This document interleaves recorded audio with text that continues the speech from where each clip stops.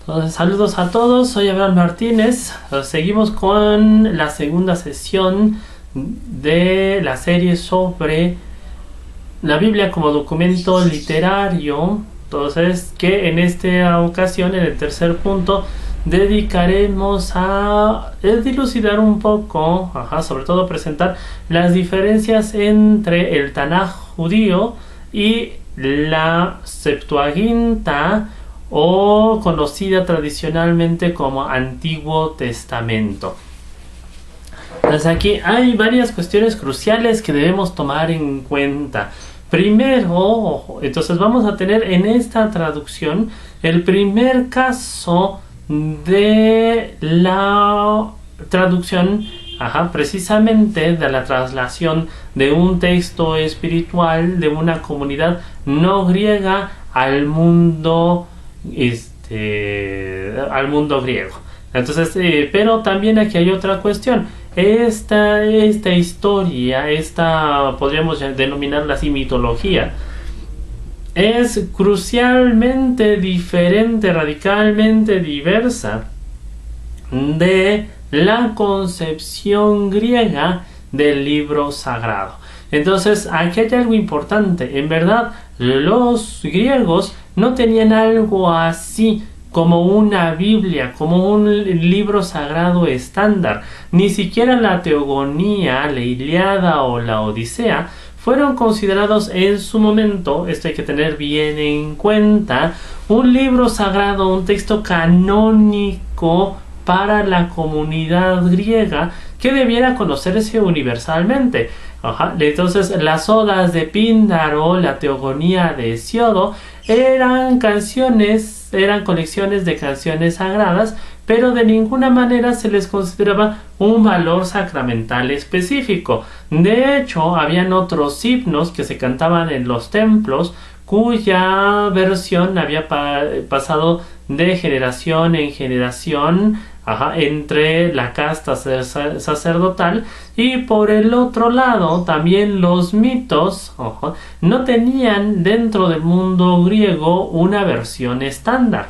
Entonces, si bien nosotros hoy en día conocemos ciertas versiones que hasta cierto punto consideramos estables, de la historia de Hércules, de Deucalión, Perseo, Teseo, en verdad, tenemos testimonio en la antigüedad de una pluralidad de versiones entre diferentes regiones, en diferentes tiempos de los diferentes mitos. Entonces no había una versión definitiva, estandarizada del mito de ningún dios y de ningún héroe.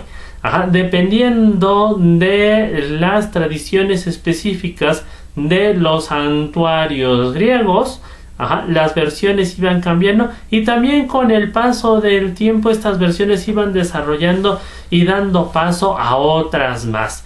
Entonces, el texto sagrado, el texto judío, es un texto hasta cierto punto considerado estandarizado, inviolable, que no puede ser transformado y que no puede dar pie a la creación de una nueva versión, al surgimiento de un nuevo texto. La Biblia ha sido dada por Dios, es un texto revelado y así debe permanecer.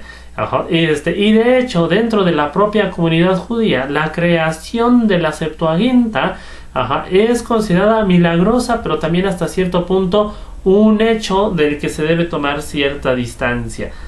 Es milagroso en el sentido de que, como lo comentábamos en la sesión anterior, los 70 sabios llegaron a una traducción unánime de los 5 libros del Pentateuco, en los cuales se funda la versión, pero de todas maneras, el idioma hebreo, en contraposición del idioma griego, en la sintaxis, en la semántica también guarda diferencias ostensibles, y entonces se considera que en verdad la Septuaginta es solo una versión fantasma, una versión muy lejana del texto hebreo original. Y si bien con el paso del tiempo los sabios del Talmud van a declarar que si en algún momento se requiere escribir el rollo de la Torá, el rollo sacramental del judaísmo en otro idioma, el único idioma permitido para su uso litúrgico sería el griego. Quizá, también el arameo, pero diríamos que específicamente se establece ese límite.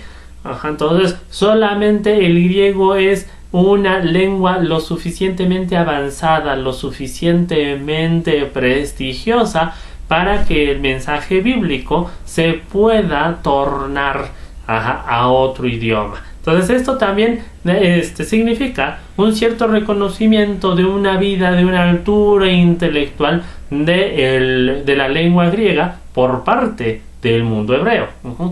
Entonces, otra de las circunstancias específicas de la Septuaginta es que hoy en día no se puede asegurar, como lo comentamos en la sesión anterior, que la Septuaginta que tenemos hoy en día, la traducción como la conocemos, sea en verdad la traducción que realizaron los 70 sabios hebreos.